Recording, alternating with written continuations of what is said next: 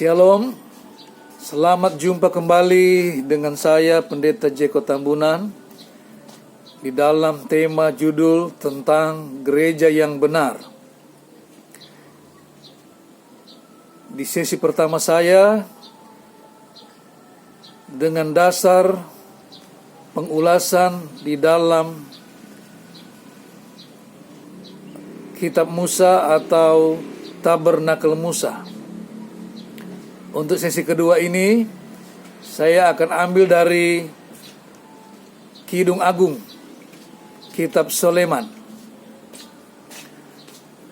Namun untuk ayat dasar, bagi yang baru mengikuti di sesi kedua, tetap saya mengambil di 1 Korintus 3 ayat 10 sampai 13. Sesuai dengan kasih karunia Allah yang dikaruniakan kepadaku, aku sebagai seorang ahli bangunan yang cakap telah meletakkan dasar, dan orang lain membangun terus di atasnya. Tetapi tiap-tiap orang harus memperhatikan bagaimana ia harus membangun di atasnya. 11. Karena tidak ada seorang pun yang dapat meletakkan dasar lain daripada dasar yang telah diletakkan, yaitu Yesus Kristus. Entahlah orang membangun di atas dasar itu dengan emas, perak, batu permata, kayu, rumput kering, atau jerami. Sekali kelak pekerjaan masing-masing orang akan nampak, karena hari Tuhan akan menyatakannya, sebab ia akan nampak dengan api, dan bagaimana pekerjaan masing-masing orang akan diuji oleh api itu. Paulus menulis bahwa dia adalah ahli bangunan, dan Rasul bersama nabi-nabi sudah meletakkan dasar. Bangunan itu adalah Yesus Kristus. Nah, orang lain akan membangun, gereja akan membangun. Ada beberapa pilihan: emas, perak, batu permata, kayu, rumput kering, atau jerami. Semua itu akan diuji oleh api. Siapa yang bertahan dengan api, itulah gereja yang benar. Dan saya akan memilih pembangunan gereja, pembangunan rohani dengan bahan emas. Dan ternyata Paulus bukan hanya ahli Taurat dengan rasulnya, dia katakan ahli bangunan, dan juga dia menguasai ilmu kimia, ya, sebab dia tahu tentang kualitas emas. Nah, kenapa emas diambil? Di sini saya ada sistem periodik unsur-unsur kimia, dan kimia termasuk logam emas. Karena dia dibakar untuk mendapatkan emas murni, dia sudah dibakar.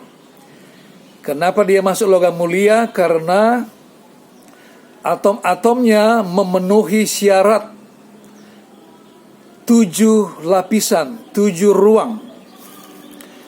Setiap ruang ada ukuran berapa atom, dan emas memenuhi secara sempurna tiap ruang sampai 7 ruang. Begitu pula pembangunan gereja yang benar ada 7 tingkatan. Kita masuk pada tingkatan atau sesi kedua ini, saya ambil dari Kidung Agung. Kalau yang pertama diambil dari Tabernakel Musa. Nanti yang ketiga diambil dari doa Bapa Kami, dan seterusnya.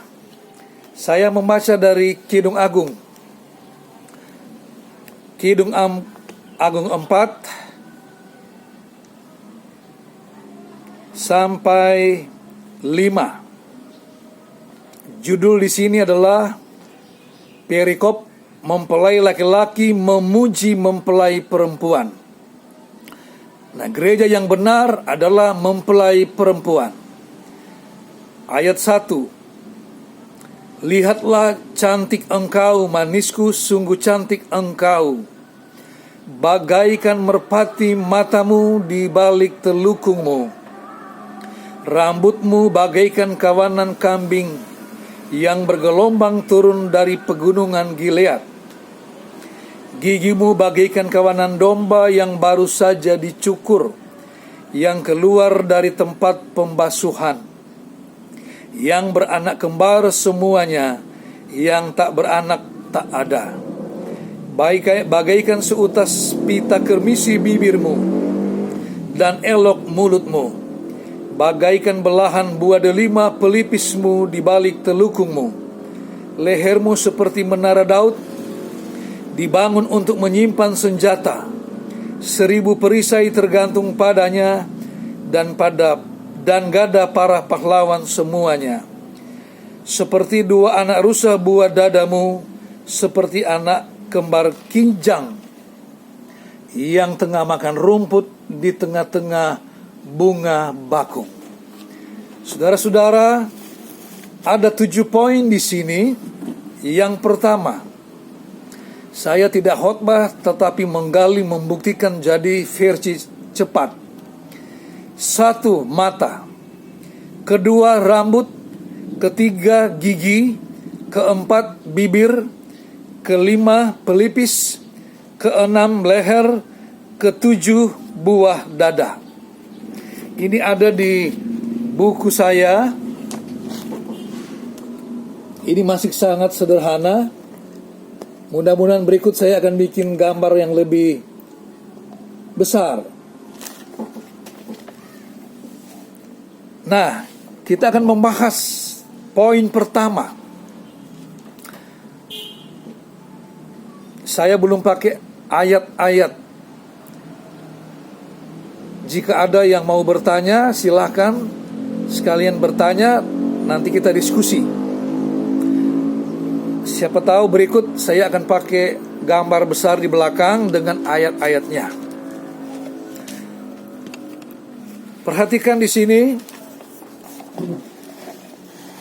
Ya, ada lambang arti,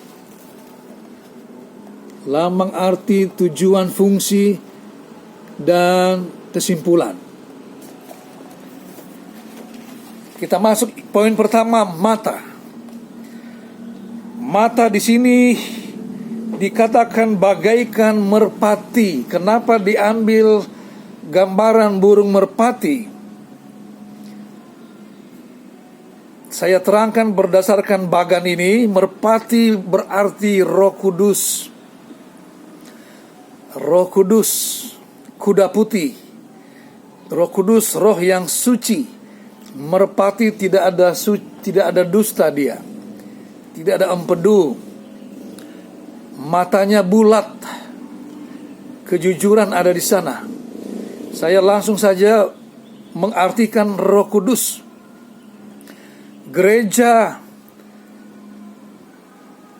kalau saya langsung di kesimpulan penunggang, gereja yang menunggangi kuda putih, atau gereja yang tidak penuh dalam Roh Kudus, gereja yang tidak sepenuhnya dipenuhi oleh Roh Kudus, baru seperempat atau setengah. Jadi gereja harus penuh dengan Roh Kudus. Gereja perorangan atau organisasi sangat wajib, karena fungsinya memeteraikan jemaat orang-orang percaya sebagai anak Allah. Ini tujuan gereja, untuk jemaatnya menjadi anak-anak Allah. Ada caranya nanti di berikut. Kenapa? setelah fungsi, tujuannya anak-anak Allah adalah menjadi ahli waris. Ahli waris apa? Kesimpulan, kerajaan Allah, sorga. Yang kedua, poin kedua, rambut dilambangkan dalam kawanan kambing. Kawanan kambing bergelombang, turun dari pegunungan Gilead, ya, panjang.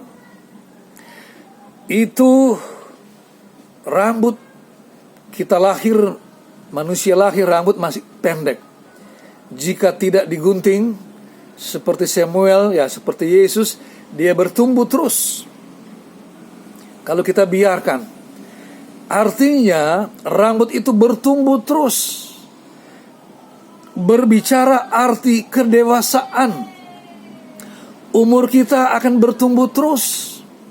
Tetapi banyak kali umur sudah dewasa, tapi rohani belum dewasa. Nah, ini berbicara kedewasaan rohani. Gereja untuk menjadi anak Allah dan nanti menjadi mempelai wanita harus dewasa. Di Indonesia dewasa dibatasi di umur 17. Di bawah 17 tidak boleh nikah. Ada yang nikah paksa umur 12 dengan konglomerat. Itu melawan hak anak-anak. Kedewasaan. Gereja harus dewasa. Berbicara kedewasaan itu harus mandiri. Nah, fungsinya kedewasaan itu adalah menandakan kesetiaan. Setia sampai akhir. Itu moto dari pejuang pahlawan Robert Walter Mongisiri di Kendari. Dia orang Malalayang, suku Bantik dari Minahasa. Dia rela dibunuh untuk berjuang demi kemerdekaan Indonesia. Itulah kesetiaan. Kita berjuang sampai akhir. Saya singgung di sesi pertama. Petrus mengatakan bahwa dipanggil dari abad pertama, Kristen pertama dipanggil, mari percaya. Tapi ingat, di Wahyu dipilih, banyak yang dipanggil tapi sedikit yang dipilih. Nah, setia itu menuju sampai akhir. Tujuan setia menerima karunia. Baik karunia keselamatan, karunia Roh Kudus, buah-buah roh, karunia pelayanan. Orang dewasa ya harus melayani. Kesimpulannya, setelah menerima karunia, wajib melayani. Pelayanan. Yesus datang untuk melayani, bukan dilayani. Tetapi istilah yang dipakai oleh sekarang gereja, kita melayani Tuhan. Apakah itu benar dan tepat? Silakan. Poin ketiga, gigi. Saudara-saudara, gigi yang pertama tumbuh di manusia, gigi susu. Itu akan diganti dengan gigi dewasa. Dan dikatakan di sini baru dicukur bagaikan domba yang baru dicukur rambutnya. Domba kembar. Tidak ada yang tidak kembar. Jadi artinya giginya belum ada yang ompong. Berpasangan. Gigi berbicara fungsi untuk makan. Mengecap artinya mengecap. Mengecap. Kalau untuk makan, waduh, kecap saja sudah enak. Kecap dinamakan kecap hanya dari gula merah, kedelai, susu, dan lain-lain.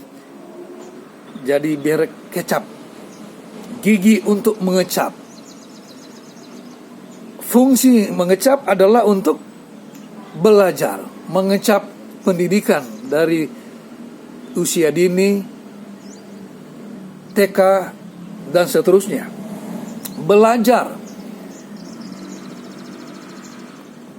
Belajar firman Tuhan. Bagi pimpinan gereja dulu ahli Taurat, hanya mereka yang dipilih. Tapi di zaman gereja, saya katakan berulang-ulang, dari anak-anak saja sudah dipakai Tuhan untuk KKR dan melayani. Apakah mereka sudah ahli firman? Belum.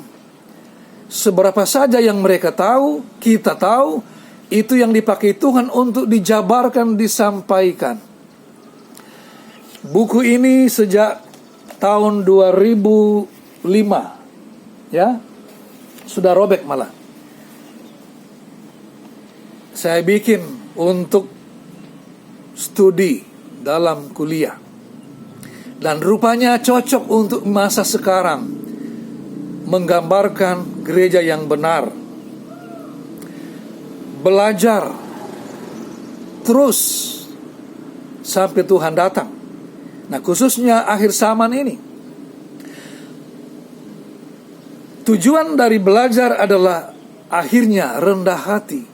Semakin banyak kita tahu, semakin kita pintar pandai, semakin kita tunduk rendah. Apakah gereja ada yang sombong? Semakin menguasai dari abad 1 sampai abad sekarang, menguasai sejarah, mengklaim gereja yang benar, tidak menjamin. Rendah hati, kesimpulannya pertumbuhan. Karena dia rendah, semakin datang hikmat, pengetahuan, anugerah yang Tuhan berikan sesuai kebutuhan zaman. Kita masuk poin keempat. Bibir. Bibir bagaikan tali kermisi. Tali kermisi adalah warna darah. Bibir ini saya bisa berbicara. Kalau bibir bibir salah satu ada luka, suaranya akan ngawur. Dan mohon maaf jika saja bibir ada yang terbelah, ya, katakanlah sumbing. Tidak bisa berkata-kata secara normal, tidak bisa berkata-kata apa yang bisa berarti. Akhirnya kalau dia ada terbelah, sumbing, harus dijahit dan pulih normal. Ini berbicara apa? Seperti saya ini mengulas. Maaf saudara-saudara, saya tidak ada gelar, ya. Saya pun mau bilang pendeta, malu. Terlalu banyak gelar S4, S3, S2. Tapi saya mau berkarya lewat pelayanan. Tali kermisi berbicara apa? Bersuara, bersaksi. Membicarakan hal-hal firman Tuhan yang benar. Kalau Tuhan kasih ke saya pembuktian siapa penulis kitab Ibrani, waduh, itu karunia yang besar. Dan saya harus saksikan, saya harus simpulkan, bikin buku, kirim di YouTube. Karena sampai abad sekarang ternyata penulis kitab Ibrani pun para ahli bingung. Dan yang sudah membaca, mendengar, cari di YouTube tentang Ibrani pasti sudah mengikuti ulasan saya. Terima kasih. Kesaksian tentang siapa Yesus, siapa gereja yang benar. Fungsi kesaksian adalah perjanjian. Mungkin saya akan nanti mengulas bagaimana Yesus bisa hadir ke dunia karena ada perjanjian Allah dengan Adam, perjanjian Allah dengan Nuh, perjanjian Allah dengan Abraham, Ishak, Yakub, perjanjian dengan Israel dan perjanjian baru. Kita harus bersaksi dengan perjanjian-perjanjian itu. Dan itu berarti tujuan perjanjian tanggung jawab. Tanggung jawab kita banyak menyampaikan kebenaran firman. Jangan tambah, jangan kurang. Menyampaikan kesaksian gereja yang benar. Siapa yang gereja benar, kita ikuti terus. Berapa sesi ini. Dan saya singgung sekarang gereja yang benar bukan atas nama satu organisasi gereja. Sekali lagi, gereja yang benar bukan atas nama organisasi gereja. Tanggung jawab. Yesus punya tanggung jawab yang besar sehingga dia mati. Kesimpulannya, dia mengampuni, kita diampuni. Tanggung jawab kita kalau salah perlu pengampunan. Oke, kita langsung di bagian kelima. Pelipis, ini pelipis. Bagaikan buah delima. Kalau saudara lihat buah delima di halaman, di taman, merah-merah, mengkilap. Waduh, kena panas ya, sinar matahari. Sebagaimana Daud waktu dipilih oleh Samuel menjadi raja, pipinya bagaikan merah buah delima. Berbicara apa ini? Bukankah Daud baru dari kebun, ladang? Dia menggembalakan dombanya walaupun hanya seberapa ekor. Ini berbicara perbuatan-perbuatan yang kecil, perbuatan-perbuatan yang baik, yang dapat dilihat oleh orang. Perbuatan-perbuatan itu jika menjadi besar rutin menjadi pekerjaan. Jadi buah delima artinya perbuatan, fungsinya pekerjaan, tujuannya pekerjaan, kerjakanlah keselamatanmu. Filipi 2 ayat 12. Yesus datang memberi anugerah keselamatan. Kita merespon dengan anugerah. Ada katakanlah apa ya? Ini sudah mau lari jauh, tapi aplikasi kita sambut dengan menerima anugerah.